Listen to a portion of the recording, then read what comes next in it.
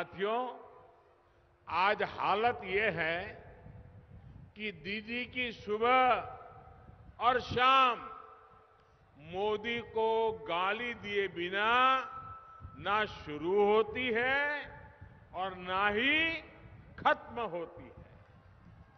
और दीदी क्या क्या बोल रही है, उन्होंने सिर्फ इस चुनाव में कैसे गाली दी है, ये मैं आज बंगाल के लोगों के सामने, देशवासियों के सामने और अपने आप को बुद्धिजीवी मानने वालों के सामने भी दोहराना चाहता हूं। 19 मार्च को दीदी ने कहा कि वो मोदी का चेहरा नहीं देखना चाहती। फिर दीदी ने देश के प्रधानमंत्री की तुलना लुटेरे, दंगाई, दुर्योधन, दुशासन, पता नहीं कैसे कैसे लोगों से कर दी।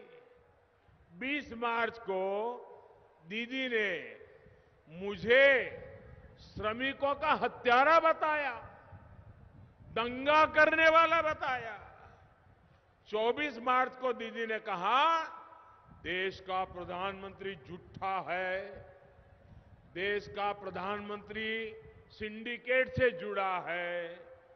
25 मार्च को दीदी ने जो कहा वो बताने से पहले मैं बंगाल के संस्कारी जनता की माफी मांगता हूं। यहां के लोग संस्कारी हैं, यहां के लोग विवेक बुद्धि वाले हैं, इसलिए उस बात को बोलने से पहले मैं बंगाल की महान परंपरा, बंगाल की महान जाति, उनकी माफी मांग करके फिर मैं बोलता हूं। दीदी ने मुझे जो गाली दी, मैं उसे मजबूरी में दोहरा रहा हूं। 25 मार्च को दीदी ने कहा, देश के प्रधानमंत्री को कहा, जो उनको दीदी के सिवा और कुछ नहीं कहता है, ज्यादा से ज्यादा 2 बार बोलता हूं, दीदी, ओ दीदी। दीदी ने क्या कहा, मुझे ऐसा नहीं बोलना चाहिए लेकिन मेरी मजबूरी है। दीदी ने क्या कहा, दीदी ने कहा तुम साला खुनी का राजा, खुनी का जमींदार, तुमने सारे पैसे लूट लिए। ये भाषा 26 मार्च को दीदी बोली, देश में सिर्फ मोदी की दाढ़ी बढ़ती जा रही है, मोदी के दिमाग के साथ कुछ दिक्कत है, ऐसा लगता है मोदी का कोई स्क्रू ढीला हो गया है।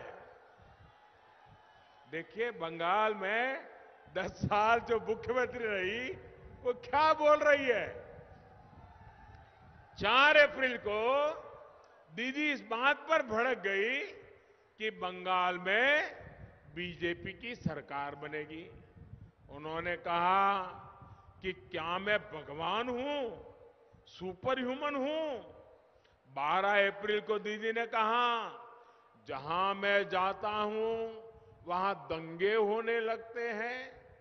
13 अप्रैल को दीदी ने फिर से मुझे सबसे बड़ा झूठा कहा, मंदबुद्धि कहा। ये लिस्ट बहुत लंबी है, मैंने कुछ ही गालियां जरा आपके सामने प्रस्तुत की है। भाइयों और बहनों, दीदी की गालियों से मुझे कोई दिक्कत नहीं है। दीदी, आप मुझे जितना कोसना है कोसिए, जितनी गाली देनी है दीजिए, लेकिन कम से कम बंगाल की महान परंपरा को, बंगाल की महान संस्कृति के, उसको, बंगाल के कल्चर को मेहरबानी करके मत भूलिए।